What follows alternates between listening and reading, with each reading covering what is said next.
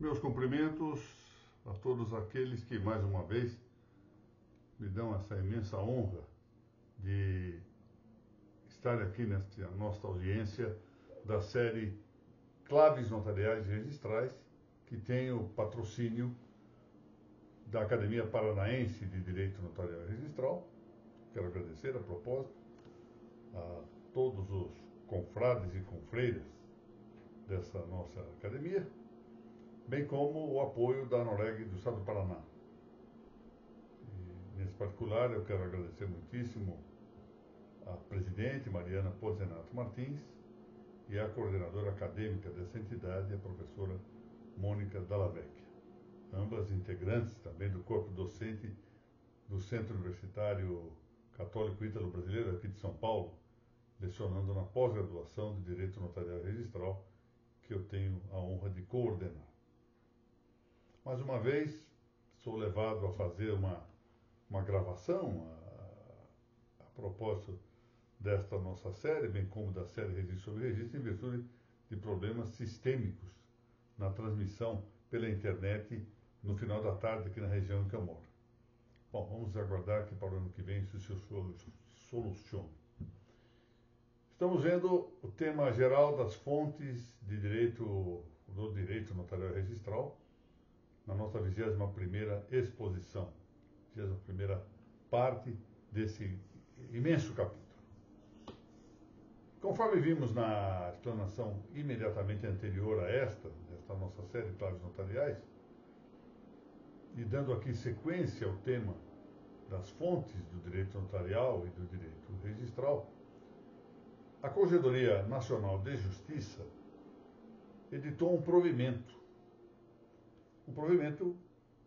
que faz reunir a sua ampla regulativa, são centenas de dispositivos, sobre as notas dos registros públicos. Essa regulativa tem uma expressa referência a seu caráter de consolidação. Aliás, isso já se encontra mencionado na exposição de motivos que acompanha esse provimento. E ali se designa essa reunião de normas com a palavra código. De fato, ali se chama Código Nacional de Normas da Corregedoria Nacional de Justiça, do Conselho Nacional de Justiça, Foro Extrajudicial. Isso é um nome bastante amplo, porque quis indicar nesse código que a Corregedoria Nacional integra o Conselho. Então, ficou um nome bastante extenso. Código Nacional de Normas da Corregedoria Nacional de Justiça, do Conselho Nacional de Justiça, Foro Extrajudicial, para excluir que esse código se pensasse aplicável também ao foro judicial. De modo simplificado, a própria normativa editada pela Corregedoria Nacional chama-se o código como Código Nacional de Normas, ou até mesmo Código de Normas. Então, às vezes se chama de Código Nacional de Normas, outra de Código de Normas, para abreviar esta referência. Eu, nas vezes que tenho mencionado, tenho referido em geral, também tenho variado nessa referência, mas a maior parte das vezes como Código Nacional do Extrajudicial. Me pareceu bem assim. Bom, nada obstante esse nome, código, as regras do aludido provimento têm o proclamado caráter de uma consolidação, como eu disse. Então, chama-se código, mas é uma consolidação. E aqui convém que nós distingamos esses dois conceitos, código e consolidação, além de discriminar relativamente ambas essas noções, relativamente à ideia de compilação. São coisas distintas, código, consolidação, compilação. A exposição de motivos do Código Nacional de Normas, ou Código Nacional do Extrajudicial, como eu procurei designá-lo, manifestou o escopo de eliminar a dispersão normativa referente às atividades extrajudiciais. Realmente havia uma série de muitos provimentos desde a instalação, ou quase desde a instalação do Conselho Nacional de Justiça, até esta data, são passados já mais cerca de 20 anos. Então, para eliminar essa dispersão que dificultava o acesso a essas indicações regulativas referentes às atividades extrajudiciais, aliás, é interessante dizer que a exposição de motivos reconhece que essa dispersão é potencialmente nociva à segurança jurídica, porque faltaria, consequentemente a ela, pela dispersão mesma, uma articulação sistêmica entre as normas, e isso não permitia que se tivesse clareza e objetividade quanto à sobrevivência de algumas normas que poderiam parecer, e algumas delas estavam mesmo, aparentemente revogadas de modo implícito. Daí a importância, me pareceu muito bem observada na exposição de motivos, da elaboração de uma ampla normativa que reunisse tudo mais que se encontrava em diáspora nos provimentos da Corregedoria Nacional de Justiça. E, além disso, acrescentou-se uma expressa referência, um expresso objetivo de, a despeito do que se chamou de ajustes redacionais, não se ter com este Código Nacional do Extrajudicial a intenção de inovações normativas. Ao contrário, pretendeu-se evitar inovações normativas. Não foi, e não mesmo se pensa assim, não seria possível de todo evitar a acolhida de inovações normativas na vida natural desse código, porque novas leis foram surgindo, essas leis convinha para evitar nova diáspora normativa que fossem incluídas na antiga consolidação. Por isso, aos poucos, a consolidação vai sendo afligida por essa normativa nova que surge no plano do legislativo. E, portanto, com essas novas leis, com esses novos preceitos, a antiga consolidação vai se tornando também um local adequado para a recolha de inovações. Isso não seria possível de evitar dali para frente. Mas a ideia inicial, muito sábia, era de conter ali, o mais possível, inovações. Aquilo era uma consolidação e não propriamente um código para fazer novas normas, novas regulações. Muito bem. Essas características apontadas pela exposição de motivos do Código Nacional de Normas, do Código Nacional do Extrajudicial, são realmente idealmente próprias para uma consolidação. Numa perspectiva ideal, de fato, ao passo em que os códigos hospedam inovações normativas, já as consolidações não. Elas apenas juntam normas dispersas, sem inovar nada.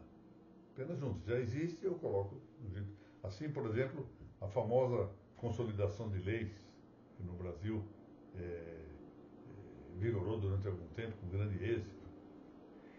Diversamente, entretanto, do que se passa com as compilações, que somente juntam os textos dos atos normativos preexistentes, as consolidações têm uma peculiaridade. Elas podem, nem sempre fazem isso, mas podem modificar a redação desses atos. Então, qual é a distinção entre compilação e consolidação? A compilação junta sem alterar nada, sem alterar o texto. A consolidação junta também, podendo, às vezes não, né? Mas podendo alterar os textos. Então, essa é a distinção entre compilação e consolidação. E nós já vimos que, de fato, aqui se tratava de consolidação, porque a própria exposição de motivos do Código Nacional do Extrajudicial indicava a presença de ajustes redacionais. Bom, um grande jurista português, falecido há poucos anos, aliás, grande jurista, efetivamente, José de Oliveira Ascensão, diz claramente que para a consolidação, o que se passa não são as fórmulas, ou seja, não são os textos literais, são as regras. E que elas podem ser, portanto, escritas com uma nova formulação, com um novo modo de dizer. Acontece que a ordenação consolidativa dos atos normativos preexistentes, é dizer, sua incorporação ordenada em um ato formal e expressivamente unitário, visando a uma certa unidade, com um certo sistema.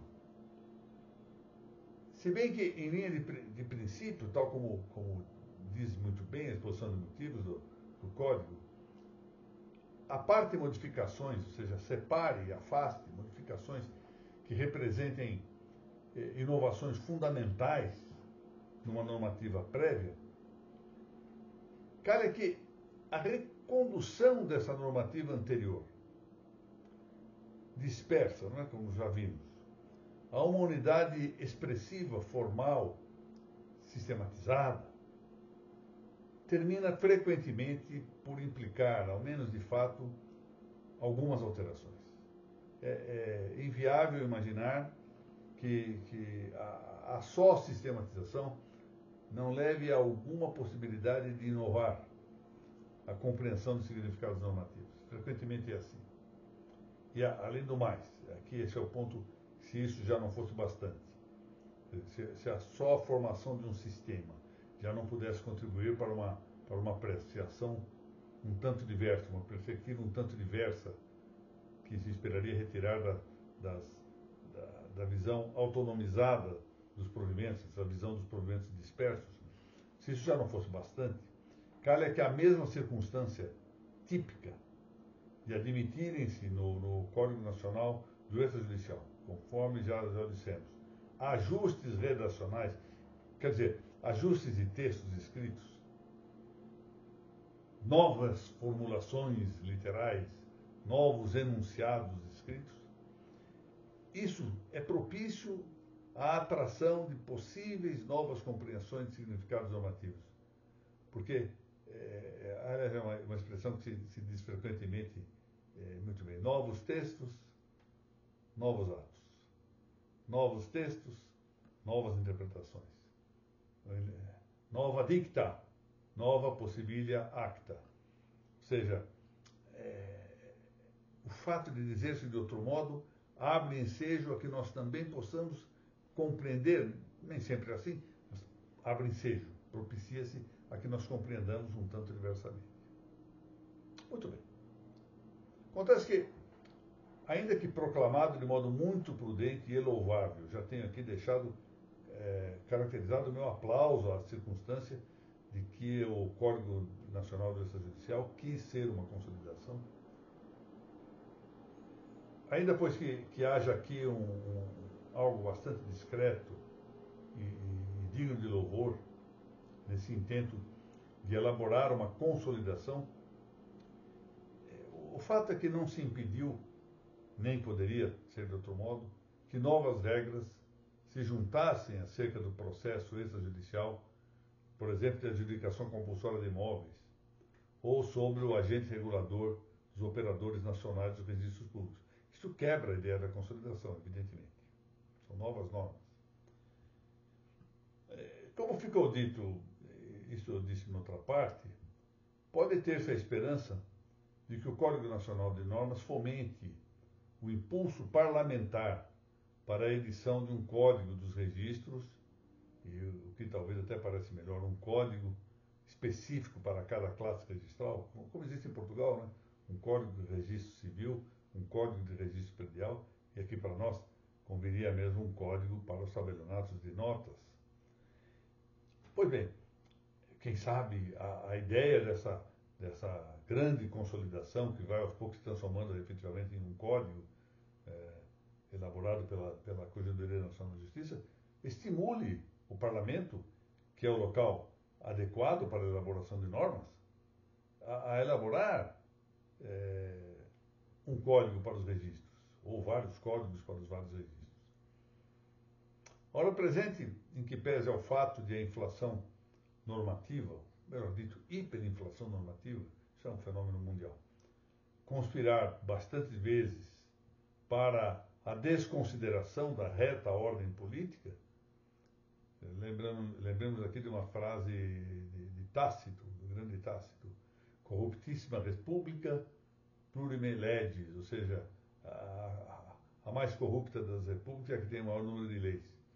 Parece ser o tempo esse adequado para, em umas tantas codificações notarial e registral, afirmar e garantir a integridade jurídico-política das atividades do tabelião e do registrador, de tal modo que se vede, de um lado, o excesso privatístico, estamos em vias de verificação desse fenômeno,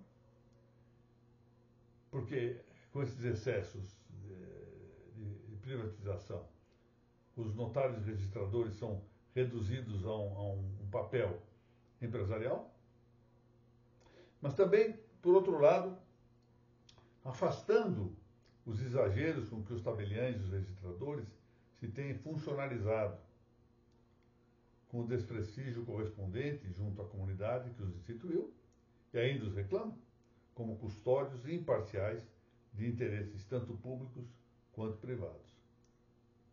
Aos códigos, então, tanto que estabelecidos, caberia a missão de restabelecer as bases, nisto aprofundando trilhas que já vêm sendo, de algum modo, percorridas, de uma adequada organização corporativa para fortalecer os ofícios e a defesa institucional, pondo empenho, então, por meio de regulações autônomas, na consecução do bem comum profissional dos tabeliães e dos registradores e adiante do mais amplo bem comum social e político. E parece, assim me parece, que o Código Nacional do Extrajudicial tem esse papel exemplar, elaborado com, eu sei da dificuldade, que adivinho a grande dificuldade que deve ter sido elaborar esse código, e que aos poucos vai sendo objeto de alguns recortes, porque era inevitável que um trabalho tão amplo, de mais de 500 dispositivos, tivesse alguns percalços. É normal que isso ocorra. E que este código realmente faça, sobretudo com esse caráter de consolidação, faça às vezes de um estímulo a que o legislador pense na elaboração de códigos de notas e de registros públicos, se possível nos códigos de registros por suas especificações, se não das 4 classes, pelo menos de 2 delas, por serem mais, nesse momento, mais carentes dessa legislação, o registro de imóveis e o registro civil, e espero que o momento seja exatamente de que os registradores e notários tratem de eles próprios de elaborar com as vistas postas no bem comum, não é? No bem nacional, no bem da comunidade nacional, elaborar projetos nesse sentido. É aquela história já antiga, que eu repito desde muito tempo e que eu ouvi já nos meus tempos nos bancos acadêmicos, né? Quem entende de café é o cafeicultor. Quem entende de banana, o bananicultor. Quem entende de registros, o registrador. Então, cabe ao registrador a tarefa de elaborar um trabalho para submeter ao parlamento. E esperar que os nossos parlamentares se debrucem com a visão política que devem ter para ver o que atende ou não ao interesse do bem comum nacional. Bom, nós vamos prosseguir nesse tema de que estamos tratando das fontes notariais, do direito notarial registral. E por agora, mais uma vez, eu agradeço muitíssimo a Noréga do Paraná e a Academia Paranaense de Direito Notarial Registral pelo apoio que concedem a estes nossos encontros. E agradeço àqueles que têm tido a paciência de acompanhar essa larga caminhada nos nossos estudos de direito registral e de direito notarial. Muito obrigado a todos. Se Deus assim permitir, nos vemos na próxima semana.